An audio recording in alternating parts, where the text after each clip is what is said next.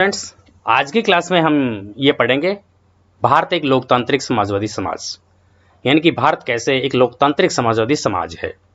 भारत के संवैधानिक कौन से वे प्रावधान हैं जिनके द्वारा सिद्ध होता है कि भारत एक लोकतांत्रिक समाजवादी समाज है। हम लोकतांत्रिक समाज और समाजवादी समाज दोनों की विशेषताएं जान चुके हैं। उन दोनों की विशेषताओं के आधार पर अब हमें ये देखना है कि क्या वो विशेषताएं किसी मात्रा में भारत में पाई जाती है। अगर उन विशेषताओं के आधार पर हम जब भारतीय संविधान और भारत की जो राजनीतिक व्यवस्था है, सामाजिक व्यवस्था है, आर्थिक व्यवस्था है, इनका अवलोकन करेंगे तो हम ये जान पाएंगे कि भारत एक लोकतांत्रिक समाजवादी समाज है। तो जब ये भारत एक लोकतांत्रिक समाजवादी समाज है, ये जान लेने के बाद फिर हम आगे पढ़ेंगे कि भारत के इस लोकतांत्रिक समाजवादी समाज में प्रशासनिक संस्थाओं की प्रकृति कैसी होती है। भारत एक लोकतांत्रिक समाजवादी समाज, इस स्लाइड में आप देख रहे हैं। इसमें ये लिख रखा गया है, देखो इसकी जो आप लिखी हुई आप पढ़िए, लोकतांत्रिक समाजवादी समाज एक मिश्रित प्रकार की विचारधारा है, यानी कि दो विचारधाराएं हैं उसमें, लोकतांत्रिक और समाजवाद। तो इस मिश्रित विचारधारा में जो राजनीतिक सामाजिक लोकतंत्र के साथ साथ ये जो मिश्रित विचारधारा है लोकतांत्रिक समाजवादी समाज विचारधारा, ये राजनीतिक सामाजिक लोकतंत्र के साथ साथ राज्य के उत्पादन के साधनों पर सामाजिक स्वामित्व पर बल देती है। ठीक है, यह विचारधारा समाजवादी आर्थिक प्रणाली में लोकतांत्रिक प्रबंधन पर जोर देती है। ठीक है, जब हमने लोकतांत्रिक समाज की विशेषताएं जान चुके और समाजवादी समाज की विशेषताएं जान चुके, इन दोनों की विशेषताओं के आधार पर अब यह कहा जा सकता है कि भारत कैसे एक लोकतांत्रिक समाजवादी समाज है।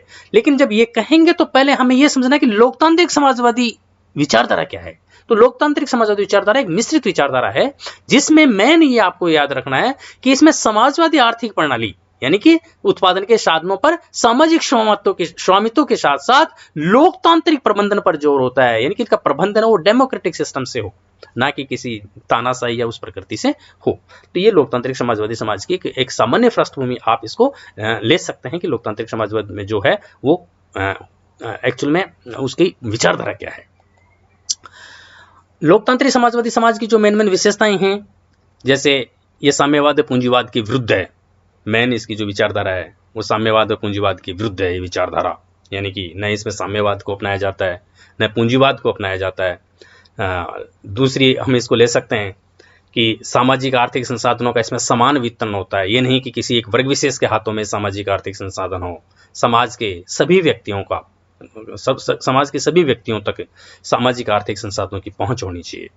आगे हम इसको इस रूप में भी ले सकते हैं कि जैसे नैतिकता, साधन व साध्य दोनों में नैतिकता होनी चाहिए, साध्य में और साधन दोनों में, यानी कि जो संसाधन हैं वो और जिनके लिए उपयोग में ले जाए उनमें नैतिकतापूर्ण उनका वितरण होना चाहिए। राजनीति में लोकतांत्रिक व्यवस्था, यानी कि जो वहाँ का राजनीतिक सिस्टम हो, राजनीतिक ढांचा हो, उसमें डेमोक्रेटिक सिस्टम होना चाहिए।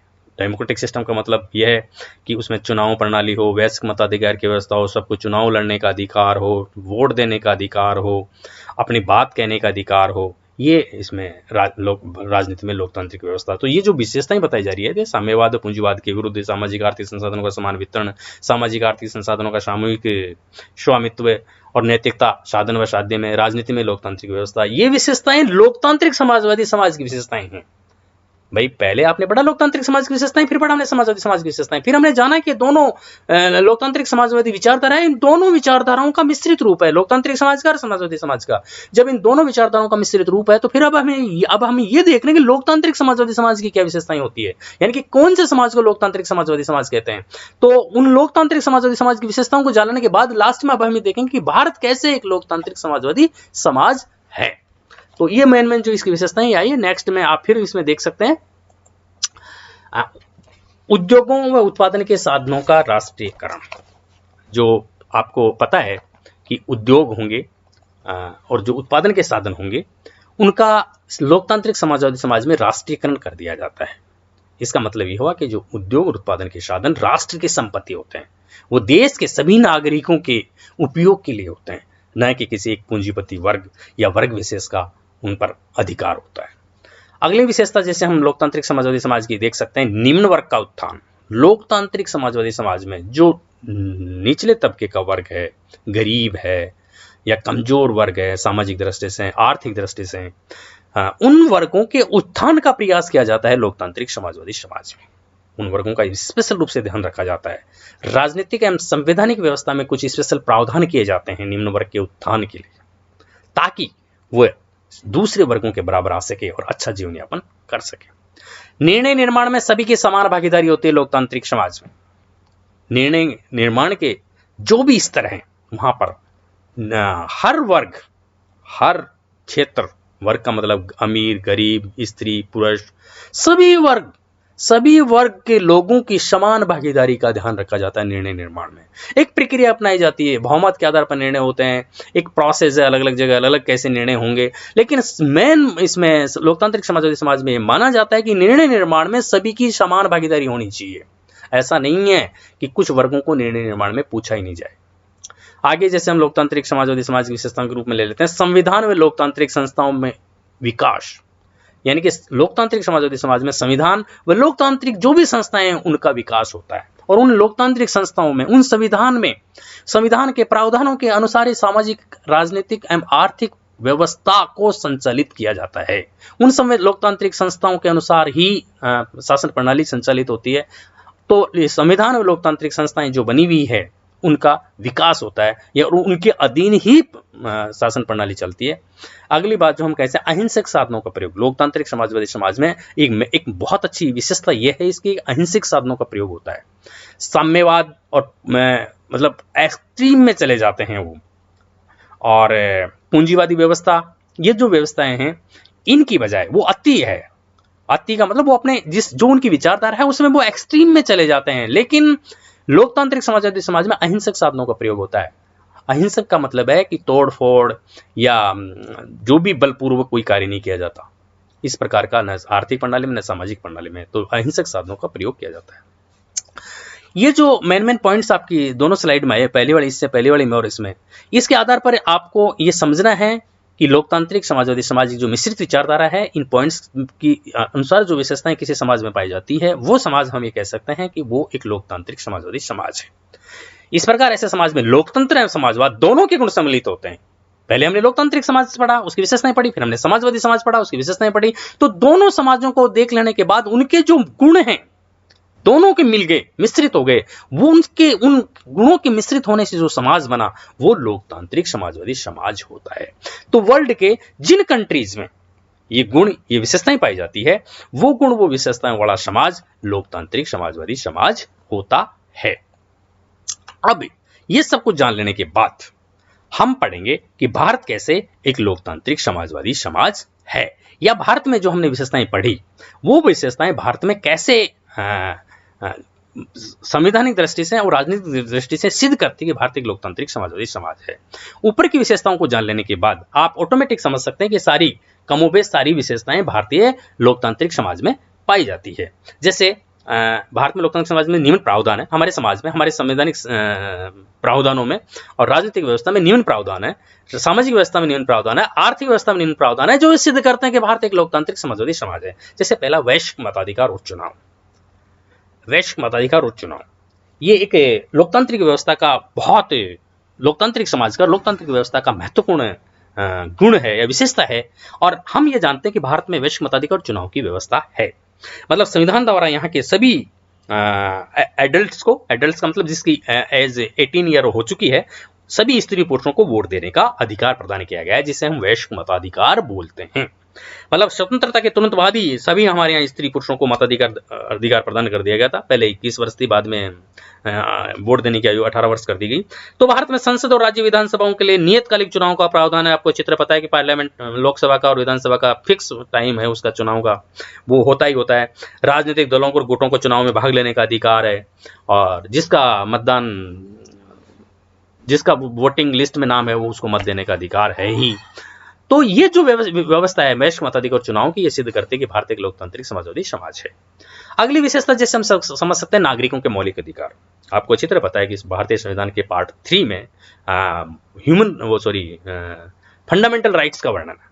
तो ये जो मौलिक अधिकारों का वर्णन है, जैसे समानता का अधिकार, स्वतंत्रता का अधिकार, धार्मिक स्वतंत्रता का अधिकार है, ये जो इस प्रकार के जो मौलिक अधिकार है, ये मौलिक अधिकार ये सिद्ध करते हैं कि भारत एक लोकतांत्रिक समाज है। मौलिक अधिकार संविधान द्वारा सभी नागरिकों को विचार, भाषण, सभा, सम्मेलन की स्वतंत्रता प्रदान की गई है। तो ये मौलिक अधिकारों का जो प्रोविजन है वो ये सिद्ध करता है कि भारत एक लोकतांत्रिक समाज है। अगली विशेषता हम ले सकते हैं उत्तरदायी कार्यपालिका। उत्तरदायी कार्यपालिका का मतलब है कि भारत में संसदीय शासन प्रणाली है। ये आपको अच्छी तरह पता है कि दो प्रकार की जो विश्व में शासन प्रणाली जनरली पाई जाती है, अध्यक्षात्मक, संसदात्मक। भारत में संसदीय शासन प्रणाली है। संसदात्मक शासन प्रणाली में जो कार्यपालिका है वो संसद के प्रति यानी कि व्यवस्थापिका के प्रति उत्तरदायी होती है। भारत में केंद्रीय स्तर पर जो भी भारत सरकार है या भारतीय कार्यपालिका है, मंत्रिमंडल, प्रधानमंत्री के जो प्रधानमंत्री और उसकी मंत्रिमंडल है वो लोकसभा के प्रति उत्तरदायी होता है। और उसका अगर विश्वास चला गया लोकसभा में से मंत्रिमंडल का, मतलब विश्वास नहीं रहा तो सरकार को करना पड़ता है। सेम बात राज्य लेवल पे होती है कि राज्य की जो कार्यपालिका है, मुख्यमंत्री में उसकी मंत्रिपरिषद, वो राज्य की विधानसभा के प्रति उत्तरदायी होती है। अगर वहां किसी कारण से उनका बहुमत नहीं रहा है, विश्वास चला गया, तो उनको सरकार में से हटना पड़ता है। तो ये उत्तरदायी कार्यपालिका की जो व्यवस्था है ये एक तरीके से लोकतांत्रिक व्यवस्था है कि क्योंकि कार्य व्यवस्थापिका जनता द्वारा निर्वाचित होती है, वो जनता की प्रतिनिधि होती है। तो व्यवस्थापिका के प्रति उत्तरदायी होने का मतलब है कि कार्यपालिका जनता के प्रति उत्तरदायी होती है, और जनता के प्रति उत्तरदायी होने का मतलब है कि भारत यानी कि जनता का शासन है, लोकतांत्रिक व्यवस्था है। ऐसे ही अगली विशेषता हम ले सकते हैं न्यायपालिका की स्वतंत्रता। भारत में आपको अच्छी तरह पता है कि स्वतंत्र न्यायपालिका की व्यवस्था है। ये लोकतंत्र का मेन आधार स्तंभ भी होती है। जिला स्तरीय जो न्यायालय होते हैं, उसके अलावा उच्च न्यायालय है, सर्वोच्च न्यायालय है, ये सब यहाँ पर जो इनके लिए जो प्रावधान किए गए हैं वो भारतीय संविधान में ऐसे किए गए हैं कि ये निष्पक्ष रहें। इनके नियुक्ति से लेके वेतन, भत्ते, सब इनके नेगेटिव, ताकि किसी प्रकार से ये भेदभाव नहीं होता, किसी में दबाव में कार्य नहीं करे, है ना। तो जैसे उच्च न्यायालय, उच्चतम न्यायालय के न्यायाधीशों को यहाँ महाभियोग द्वारा हटाया जा सकता है। ऐसा नहीं कि कोई एक व्यक्ति या मंत्री या प्रधानमंत्री चाहे कि इस न्यायाधीश को मैं हटा दूं, ऐसा संभव नहीं है। एक इम्पीचमेंट का एक प्रोसेस है महाभियोग का, उसके बिना उसको हटाया नहीं जा सकता। और वो वहां से जब महाभियोग पारित होना तभी होगा जब एक्चुअल में बहुत बड़ी गड़बड़ हो। तो ये जो व्यवस्थाएं हैं स्वतंत्र न्यायपालिका की, या उनके वेतन भत्तों में कटौती नहीं किया जा सकता, ऐसे कुछ प्रावधान है जो साबित करते हैं कि भारत में न्यायपालिका स्वतंत्र है। और इस स्वतंत्र न्यायपालिका का मतलब है कि भारत में लोकतांत्रिक व्यवस्था है। अगली बात जैसे हम ले सकते हैं पंचायती राज का ढांचा। भारत में त्रिस्तरीय पंचायती राज व्यवस्था, आपको चित्र पता है, ग्राम पंचायत, पंचायत समिति, जिला परिषद त्रिस्तरीय है। 73वें संविधान संशोधन द्वारा तो इनका फिक्स कार्यकाल भी बना दिया गया है, चुनावों की व्यवस्था कर दी गई है, विस्तार से इनका वर्णन कर दिया गया है, संविधान में इनका स्थान दिया गया है। तो ये जो नई व्यवस्था कर दी गई है, इस प्रकार ये शासन का जो तीसरा स्तर है, केंद्र सरकार, राज्य सरकार के बाद जो स्थानीय प्रशासन का जो स्तर है, ये अपना आप में लोकतांत्रिक व्यवस्था का मतलब बहुत महत्वपूर्ण गुण है। इसमें जनता प्रत्यक्ष रूप से भाग लेती है, गाँवों में तो ग्राम सभा के रूप में। तो ये जो त्रिस्तरीय लोकल स्तरीय जो पंचायती राज व्यवस्था है, ये पंचायती राज व्यवस्था लोकतांत्रिक प्रजातांत्रिक व्यवस्था का सर्वोत्तम उदाहरण है। जनता इसमें जनरली प्रत्यक्ष रूप से भाग लेती है स्थानीय स्तर पर।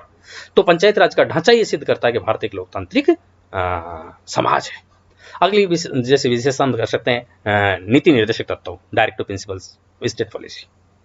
Directive principles of state policy, नीति निर्देशक तत्व, भारतीय संविधान के भाग 4 में जिनका वर्णन है। ये वो नीति निर्देशक तत्व ऐसे तत्व है इस नीति निर्देशक तत्वों में कुछ ऐसे प्रावधान किए गए हैं जिनका पालन सरकारों को जन कल्याण में करना चाहिए। कुछ ऐसे प्रावधान किए गए ताकि जनता का सामाजिक, राजनीतिक एवं आर्थिक दृष्टि से उत्थान हो, जनता का, उनके साथ न्याय हो, उनके जीवन स्तर सुधरे। बहुत से प्रावधान है संविधान के अनुच्छेद में, डिटेल से वर्णन अभी नहीं किया जा सकता। अभी हम आपको उसमें, आप कभी संविधान पढ़ो या नीति निर्देशक पढ़ो तो आपको इसको ध्यान से पढ़ना। अभी आपको ये याद रखना कि नीति निर्देशक तत्वों के जो प्रावधान किए गए हैं, उन प्रावधानों में विभिन्न आर्टिकल है, जैसे आर्टिकल 45 है, 47 है, ये आर्टिकल 42 है, जिसमें कहा गया है कि 42 में तो कहा गया है कि राज्य काम की यथोचित और मानवोचित दशाओं को सुनिश्चित करने के लिए तथा प्रसूति की सहायता के लिए राज्य बंद करेगा। ये सारे प्रावधान नीति निर्देशक तत्वों के ऐसे प्रावधान हैं जिनमें जनता के कल्याण के लिए विभिन्न प्रावधान किए गए हैं, और ये सिद्ध करते हैं कि भारत एक लोकतांत्रिक समाजवादी समाज है। इसके बाद आप आगे चलोगे तो ये जान पाओगे कि ये जो विभिन्न प्रावधान हैं, ये प्रावधान आपको जान लेने के बाद आपको ये देखना है, आपको ये विचार करना है कि हमने जो पढ़ा था क्या, कि भारत कैसे लोकतांत्रिक समाजवादी समाज है। पहले हमने पढ़ा कि भारत में लोकतांत्रिक समाजवादी समाज, पहले हमने पढ़ा लोकतांत्रिक समाजवादी समाज की विशेषताएं क्या होती है, और उन विशेषताओं के रेफरेंस में अब हमने देखा कि भारत में कौन सा ऐसे प्रोविजन है जो लोकतांत्रिक समाजवादी समाज की विशेषताओं के निकट है। तो जो ये पॉइंट्स मैंने आपको बता दिए, वैश्विक मताधिकार, स्वतंत्र न्यायपालिका, नीति निर्देशकत्व, मौलिक अधिकार, ये सभी ये सिद्ध करते हैं कि भारत एक लोकतांत्रिक समाजवादी समाज है। अब ये सिद्ध हो गया, हमें पूछा जा सकता है कि क्या इंडिया एक लोकतांत्रिक समाजवादी समाज है, और अगर है तो वो कौन से प्रोविजन है, वो कौन से प्रावधान है जो ये सिद्ध करते हैं कि भारत एक लोकतांत्रिक समाजवादी समाज है। तो इस आज के इस क्लास में आप ये जान चुके हैं कि लोकतांत्रिक समाजवादी समाज की विशेषताएं क्या होती है, और फिर उन विशेषताओं के संदर्भ में अब हम ये भी देख चुके हैं कि भारत कैसे एक लोकतांत्रिक समाजवादी समाज है। ये सब जान लेने के बाद अगले क्लास में अब हम ये पढ़ेंगे कि इस भारत जैसे लोकतांत्रिक समाजवादी समाज में प्रशासनिक संस्थाओं की प्रकृति कैसे होती है, नेचर ऑफ एडमिनिस्ट्रेटिव इंस्टीट्यूशंस। और जब ये प्रकृति जान लेंगे तो अगली क्लास में हम role of administrative institutions and democratic and socialist society, एक लोकतांत्रिक समाजवादी समाज में प्रशासनिक संस्थाओं की भूमिका क्या होती है, ये जान लेंगे। और ये जान लेने के बाद लोकतांत्रिक समाजवादी समाज में प्रशासनिक संस्थाओं से रिलेटेड सारे एस्पेक्ट, सारे आयाम, सारे बिंदु आपके क्लियर हो चुके होंगे। तो आज की इस क्लास के लिए आप इसको ढंग से समझना, बुक में से पढ़ना, और भी एस्पेक्ट जहाँ से आपको इस एस्पेक्ट से रिलेटेड कोई मटेरियल मिले आप उनको ढंग से लर्न करना। आज की इस क्लास अब यहीं समाप्त होती है।